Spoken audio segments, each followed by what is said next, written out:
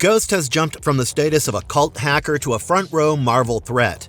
The character debuted in Cold War comics. Badgered Iron Man then joined the Thunderbolts before the One World Under Doom arc and Doctor Doom's Superior Avengers introduced a female Ghost. The MCU ran with that switch, retooling the saboteur into Ava Starr, a quantum-scarred assassin in Ant-Man and the Wasp. She returns in Thunderbolts and later in Avengers Doomsday.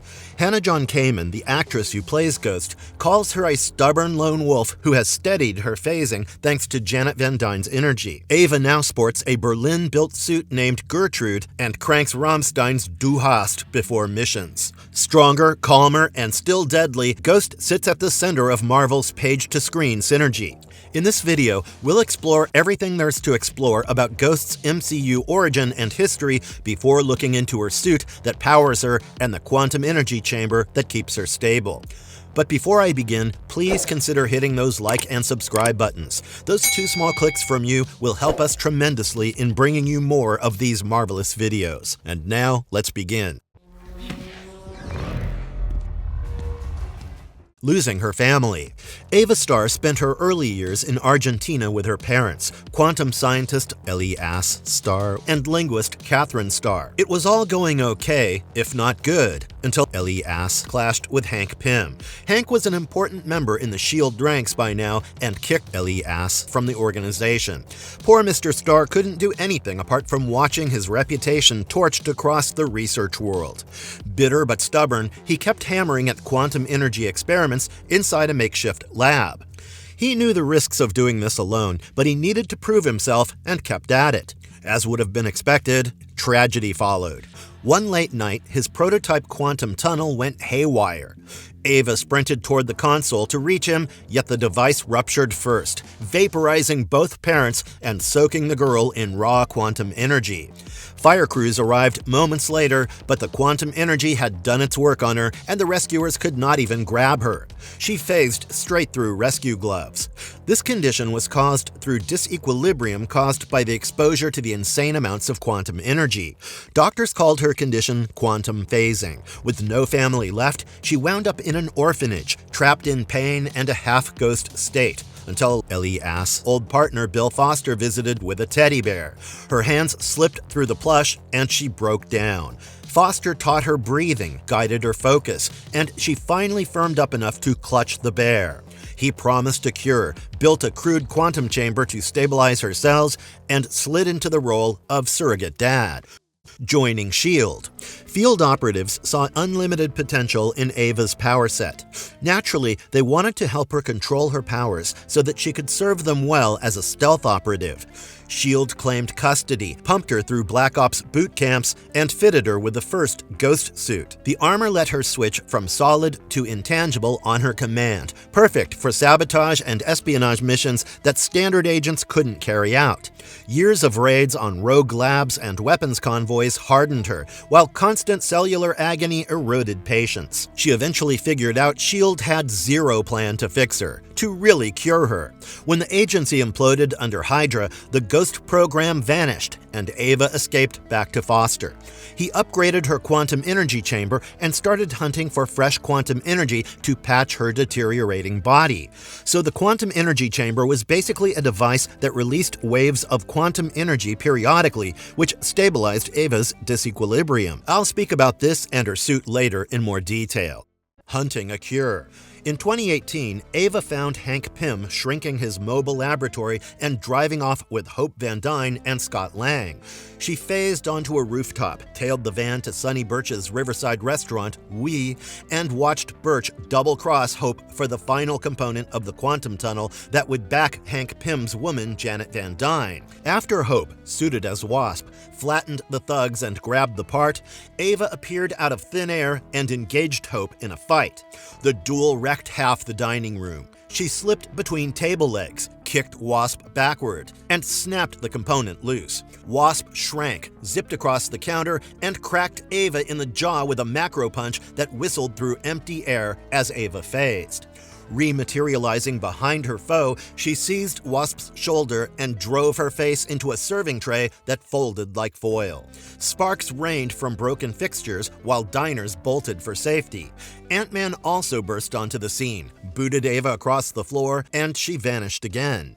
Outside, she stalked Pym's van, thrust an arm through his throat, and asked for the miniaturized lab. Pym surrendered. Ava secured the suitcase-sized building, phased through traffic before her pursuers regrouped, and melted into the night. Back at her safe house, she dropped the lab and component on a steel desk, took off the ghost gear, and half-crawled into the quantum chamber.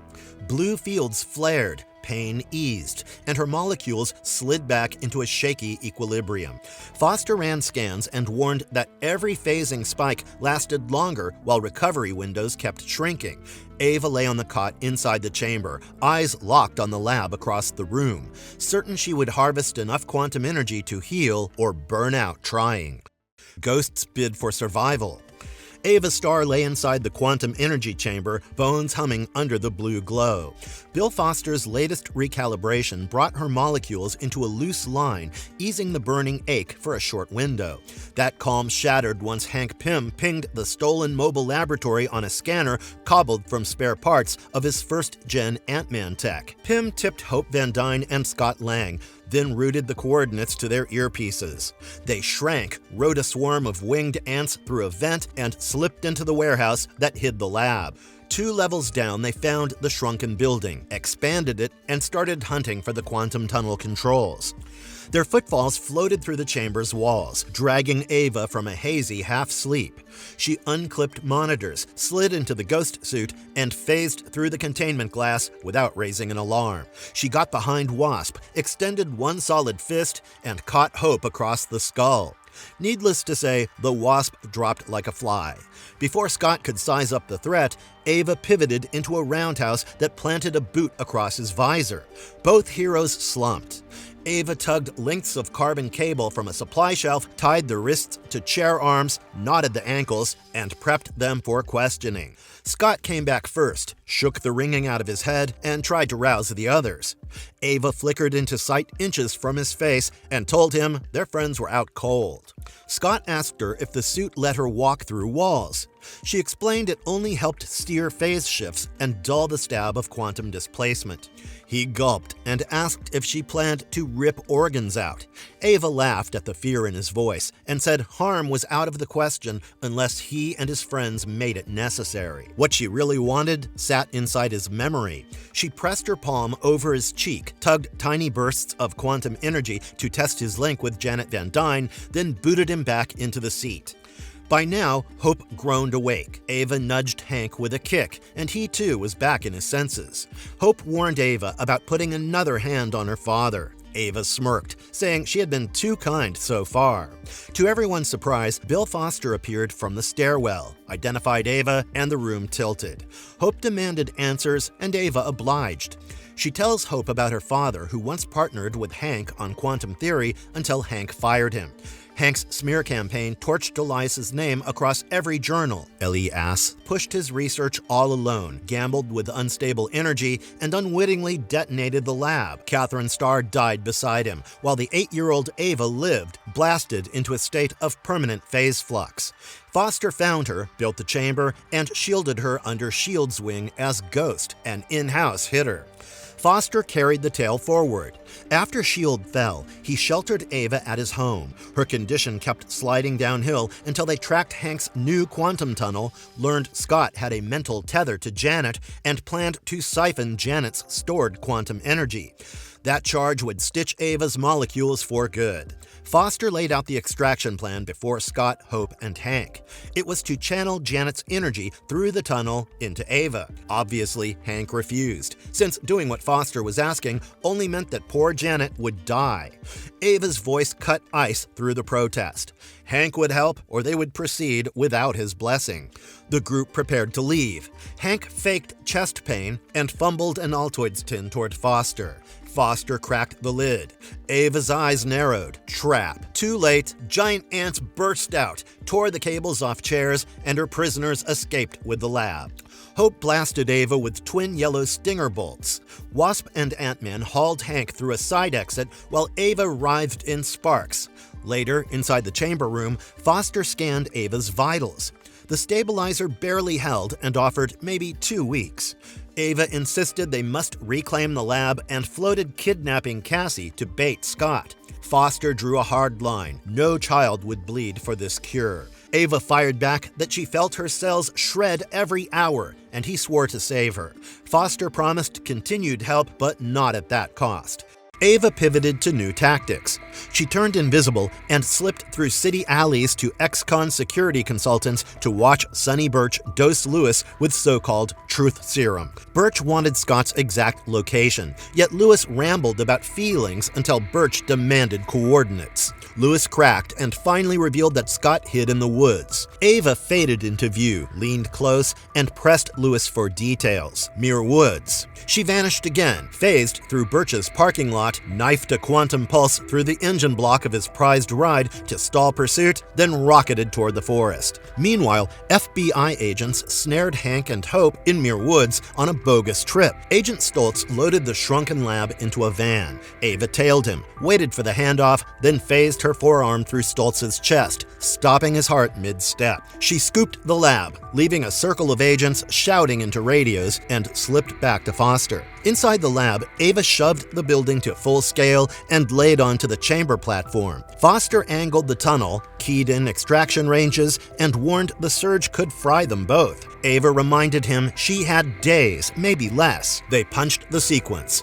Lights flared, hums rose, until an army of ants stomped across control boards and through breakers. Foster cursed. Pym had found them. Ava yanked on her helmet and tracked the insect line to a hollowed office building nearby. She caught Scott alone, smashed his face through a glass panel, and sent him skidding across cracked tile. Scott hit the regulator on his suit, but nothing. Ava was not in any mood to stop and demanded he dismiss the ants immediately. Scott ducked through a wall, still full size, comms buzzing as he begged the team to hurry. Ava phased through desks, spotted him crouched behind a pillar, and lunged again.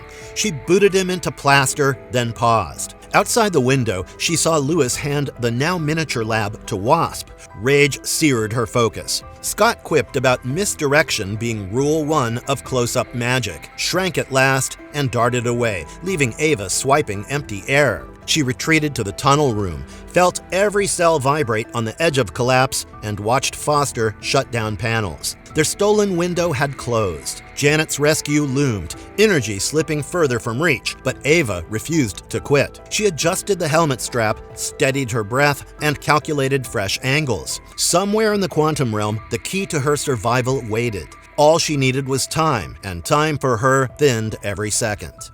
Ava Starr's final stretch of the San Francisco heist. San Francisco traffic melted into chaos the moment 3 separate crews locked eyes on Hank Pym's mobile laboratory. Hope Van Dyne, suited up as Wasp, chased Sonny Birch's black SUVs across Market Street while his goons tried to box her in. Ava Starr, phasing through alley walls, glided onto the hood of a commuter's sedan, bounced to the roof, and booted one thug square in the visor, snagging his motorcycle as he toppled off. She fired the throttle, wove between taxis, and tailed Ant-Man and Wasp's van. As they slowed at a light, Ava dumped the bike, slipped through the side window, and mule-kicked Hope out of the rear door. Before Hope could resize and re-enter, Ava wrapped Scott Lang and Lewis in their seatbelts, snatched the lab, and phased onto a lumber truck that was driving nearby. She gunned the engine toward her rendezvous zone, quantum suit vents spitting sparks. Hope regrouped, tracked Ava's rig, and landed on the wooden deck. Fists flew.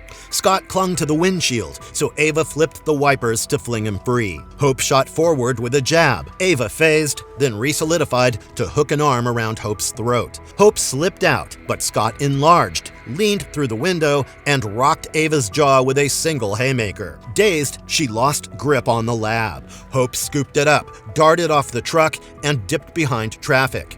Next, Ava tore off her helmet, phased through the cab seat and landed on the trailer bed. Before she and Hope could throw another punch, Birch's lead SUV rammed the truck. The lab skidded into Birch's lap, and his driver peeled away. Ava hit asphalt rolling, sprang up, and darted after the escaping convoy. A few blocks later, Scott wrestled the lab away from Birch, but maxed out his suit's regulator and collapsed on the pier, gasping for air. Lewis sprinted in to grab the briefcase-sized building, but Ava drop-kicked him aside, snagged his remote, and slapped the lab back to full height. With the 4-story structure restored, she phased through the steel outer wall and vanished inside. Deep in the quantum tunnel room, Pym's signature filled the gauges. Ava powered the extraction rig. Bill Foster stormed in, warning Janet Van Dyne would die if Ava continued. Ava, teeth clenched, slammed him aside and dialed the tunnel to maximum. White arcs crawled over her skin as atomic bonds stitched tight. Relief washed over her for the first time in years, right as Ant-Man and Wasp crashed into the lab.